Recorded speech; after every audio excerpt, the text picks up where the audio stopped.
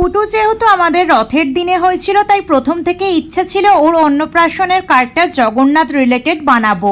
অনেক আর্টিস্টের কাছে ঘুরেছি, তবে তারা যা পারিশ্রমিক চাইছিল সেটা আমাদের সাধ্যের বাইরে। সব হাল ছেড়ে দিদি শেষে বলে বসলো, তুই তো এত ভালো আঁকতে পারিস, তুই করছিস না কেন? শুনে তো আমার মাথায় হাত, একটা দুটো নয় 50 থেকে 60 পিস থালায় আমাকে সেম আঁকা আঁকতে হবে।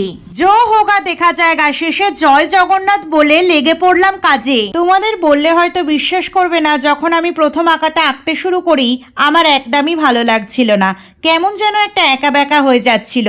কিন্তু যখন আমি প্রভুর মুখটা আঁকতে শুরু করি আমার সব ভুল ত্রুটি যেন ওখানেই মিলিয়ে গেল। এইভাবে আঁকতে আঁকতে কখন যে 1 থেকে 60-এ পৌঁছে গেলাম বুঝতেই পারলাম না।